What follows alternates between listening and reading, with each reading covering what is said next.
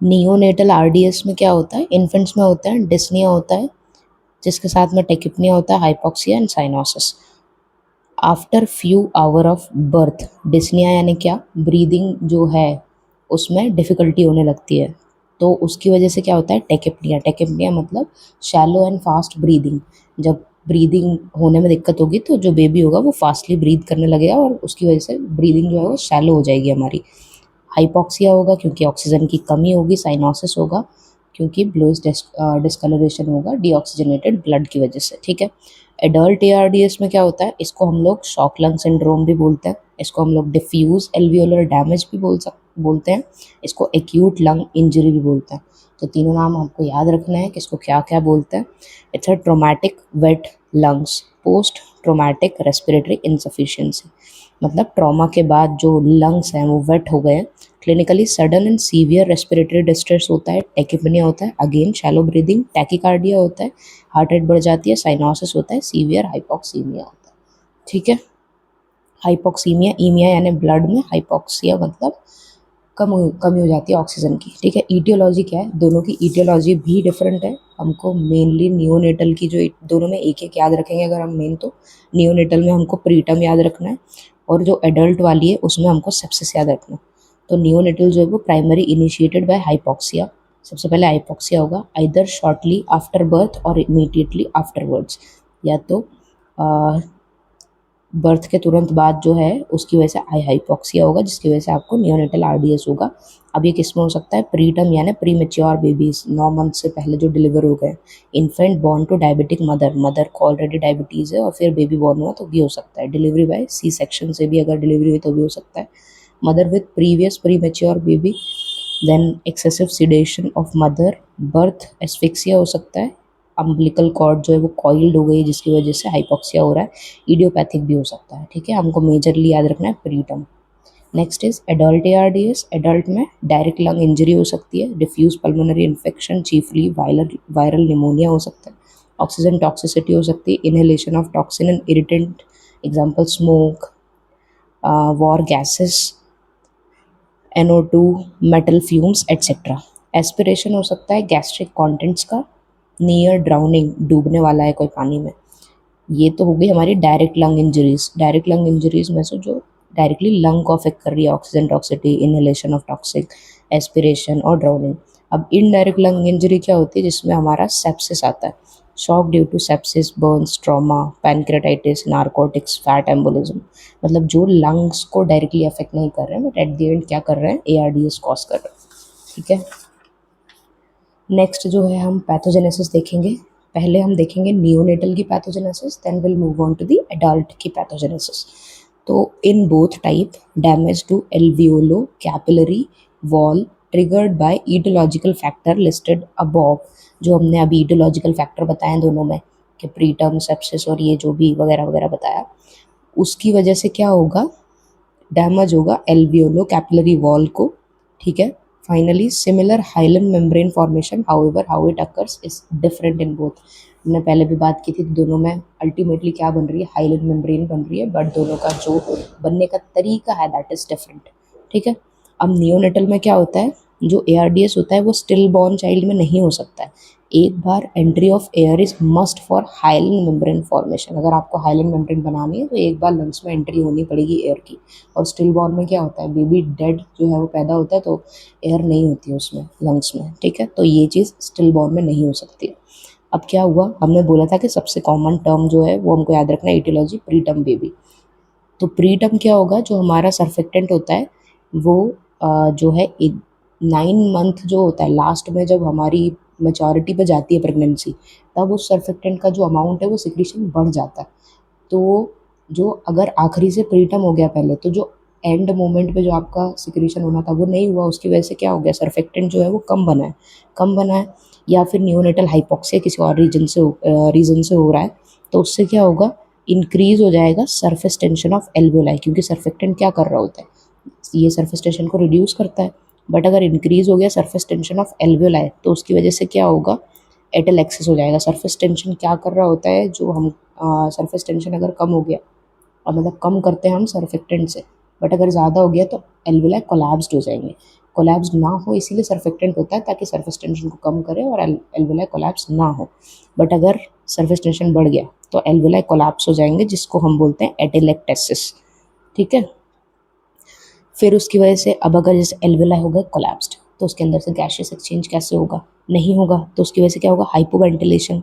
Hypoventilation होगा तो क्या होगा? टिश्यूज़ में परफ्यूजन नहीं होगा, तो हाइपो परफ्यूजन हो जाएगा। पल्मोनरी हाइपो परफ्यूजन हो जाएगा, मतलब लंग्स को पहली बात नहीं मिल रही है ऑक्सीजन। फिर उसके बाद क्या होगा?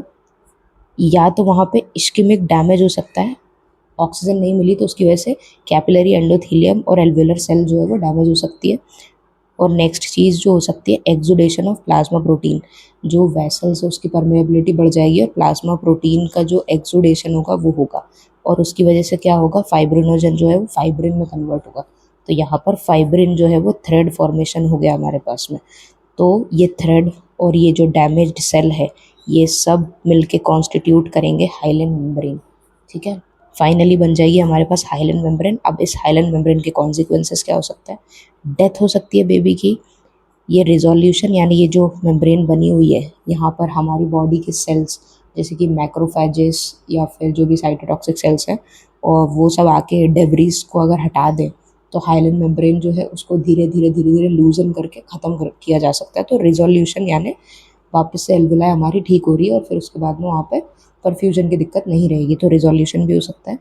अदर्स भी कुछ कंडीशन हो सकते हैं कि डेथ नहीं हुई है, रिजोल्यूशन भी नहीं हो, उसके बीच की कुछ चीज़ हो गई कि चीज़ें ख़राब हो गई या थोड़ी सी बिगड़ गई है, एनीथिंग एल्स।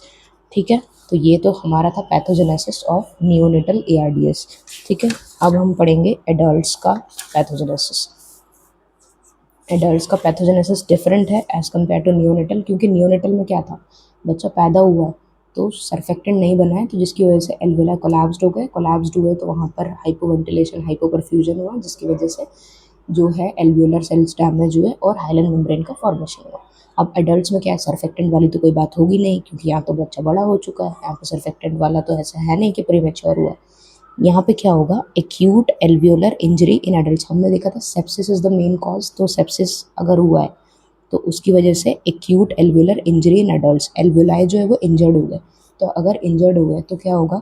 अब जो हमारे पास में दो चीज़ें होती हैं, एक तो प्रो इन्फ्लेमेटरी साइटोकाइंस होते हैं, मतलब जो साइटोकाइंस जैसे अगर इंजरी हुई है तो इंजरी को ठीक करने के लिए वहाँ पर सेल्स आएंगे, तो वहाँ पर सेल्स आएंगे तो साइटोकाइंस जो है रिलीज होंगे, तो वो क्या करेंगे? प्रो इन्फ्लेमेटरी इन्फ्लेमेशन क्रिएट करेंगे वहाँ पे साइटोकाइंस, इंटरल्यूकिन 8, इंटरल्यूकिन 1, TNF और मैक्रोफेज MIF जो होता है।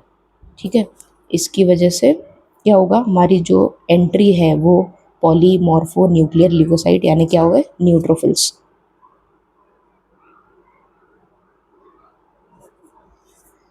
प्रो इन्फ्लेमेटरी कंडीशन हुई यहाँ पे तो क्या होगा? न्यूट्रोफिल्स का अमाउंट जो है वहाँ पे एंट्री बढ़ जाएगी, वहाँ पे बढ़ जाएगी तो न्यूट्रोफिल्स जो है वो प्रोटियोलिटिक एजेंट्स रिलीज करेंगे, जैसे कि प्रोटीएसेस, प्लेटलेट एक्टिवेटिंग फैक्टर, ऑक्सीडेंट्स, कुछ ल्यूकोट्राइंस, ये जो भी हमारे इन्फ्लेमेटरी मीडिएटर्स है वो रिलीज होंगे, और उससे क्या होगा?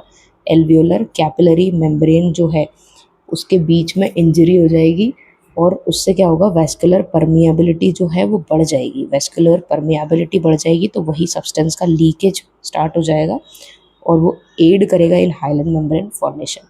दूसरी चीज़ क्या हो सकती है? फाइब्रिनोजेनिक साइटोकाइंस जो हैं like TNF alpha, tumour necrosis factor alpha and platelet derive growth factor, ये चीज़ें बढ़ जाएंगी तो ये क्या करेंगे? फाइब्रोब्लास्टिक प्रोलिफरेशन कराएंगे कोलाजन से। ठीक है, और वो चीज़ भी क्या करेगी? हमारे हाइलन मेम्ब्रेन फॉर्मेशन में हेल्प करेगी, मतलब हेल्प तो नहीं करनी चाहिए बट वो हाइलन मेम्ब्रेन फॉर्मेशन कराएगी। ठीक है, उसके बाद में कॉन्सिक्वेंसेस क्या क्या हो सकते हैं इसमें? जो हमारा लंग है वो स्टिफ हो सकता है, डेथ हो सकती है, रिजोल्यूशन हो सकता है। अगेन जो बॉडी के सेल्स है वो जाके हाइलन मेम्ब्रेन को डिग्रेड कर सकते हैं, तो रिजोल्यूशन हो सकता है, डेथ भी हो सकती है, लंग स्टिफ भी हो सकता है। अब जो हाइलन मेम्ब्रेन है उसमें क्या क्या होता है? टाइप 1 न्यूमोसाइट मेजरली होते हैं जिनका नेक्रोसिस हो रहा होता है, intra alveolar and interstitial congestion हो रहा होता है, फाइब्रिन का डिपोजिशन हो रहा होता है। ये सारी चीज़ें होती है किसमें? हाइलन मेम्ब्रेन में। ठीक है, तो अभी हमने देखा एडल्ट ARDS। तो हमने क्या देखा? सबसे पहले क्या होगा हमारे पास में? एक्यूट एल्वियोलर इंजरी होगी एडल्ट्स में, जिसकी वजह से जो हमारे मैक्रोफेजेस हैं मैक्रोफेजेस क्या करेंगे, प्रो इन्फ्लेमेटरी साइटोकाइंस रिलीज करेंगे लाइक इंटरल्यूकिन 8, इंटरल्यूकिन 1, टीएनएफ। साथ में मैक्रोफेज इनहिबिटरी फैक्टर जो होता है ये इन्फ्लेमेशन को सस्टेन करने में हेल्प करता है, ठीक है। उसके बाद में क्या होगा, इस सबसे न्यूट्रोफिल्स की एंट्री होगी वहाँ पर, और उसकी वजह से प्रोटियोलिटिक एजेंट्स रिलीज होंगे, proteases, oxidant leukotrienes and platelet activating factors, जिसकी वजह से हमारी ओवरऑल क्या होगा, वैस्कुलर परमिएबिलिटी बढ़ जाएगी। इन्फ्लेमेशन होती है तो एट द एंड क्या होता है, वैस्कुलर परमिएबिलिटी बढ़ती है, that's the same thing. Vascular permeability बढ़ जाएगी, साथ में हमारे जो फाइब्रिनोजेनिक साइटोकाइंस है ये चीज़ें ये क्या करेंगी, कोलेजन और फाइब्रिन जो है वो ले आएंगी डिपॉजिट करने के लिए। तो वैस्कुलर परमिएबिलिटी से प्रोटीन्स आ गए, यहाँ से फाइब्रिन आ गए, यहाँ से जो है न्यूमोसाइट जो है नेक्रोसिस हो रहा है, वो सेल्स मर रहे हैं, इंट्राएल्वेलर इंटरस्टिशियल कंजेशन हो रहा है, फाइब्रिन भी आ गया साथ में। तो इससे क्या होगा, हमारे पास में हाइलिन मेम्ब्रेन का फॉर्मेशन हो जाएगा, और उसके बाद में स्टिफ लंग हो सकते हैं, डेथ और रिजोल्यूशन, एनीथिंग कैन हैपन, ठीक है। अब लास्ट चीज़ हमको देखनी है, पैथोलॉजी क्या है इसमें। पैथोलॉजी में दो चीज़ें देखेंगे, ग्रॉस और माइक्रोस्कोपी। ग्रॉस में हमारा जो लंग है उसका साइज़ तो हमको नॉर्मल दिखेगा, बट लंग कैसा दिखेगा, स्टिफ दिखेगा, कंजेस्टेड दिखेगा, हैवी दिखेगा, एयरलेस होगा, वहाँ पर एयर नहीं होगी। तो अगर एयर नहीं है तो पानी में क्या करेगा, डूब जाएगा। सो दे सिंक इन वाटर, क्योंकि अगर हवा होगी तब तो वो फ्लोट कर रहा होगा उसमें, नहीं है तो वो सिंक इन वाटर। माइक्रोस्कोपी में क्या होगा, कोलैप्स्ड एल्वेलाई हमने देखा था, एटेलेक्सिस होता है, अल्टरनेटिंग विथ डायलेटिंग एल्वेलाई, कुछ एल्वेलाई डायलेट हो जाएंगे और कुछ एल्वेलाई कोलैप्स हो जाएंगे, कुछ ऐसा हमको देखने को मिलता है, ठीक है। नेक्रोसिस ऑफ एल्वेओलर एपिथेलियल सेल्स होगा, हाइलिन मेम्ब्रेन का फॉर्मेशन होगा जो कि इओसिनोफिलिक होती है। विद टाइम कंपनसेटरी प्रोलिफरेशन होगा न्यूमोसाइट का एल्वेओलर ल्यूमेन के अंदर, जिसकी वजह से एक एल्वेओलर एपिथेलियम का टफ्ट देखने को मिल सकता है। इंटरस्टिशियल फाइब्रोसिस देखने को मिलेगा, जिसकी वजह से एल्वेओलर स्पेसिस जो हैं वो ऑब्लिटरेट हो जाएगी, ल्यूमेन नहीं बचेगा एल्वेओलाई में, गैसियस एक्सचेंज की जगह नहीं बचेगी, ठीक है। That's all about the respiratory distress syndrome. एक बार हम रिवाइज कर लेते हैं, हम लोग ने क्या पढ़ा है आज।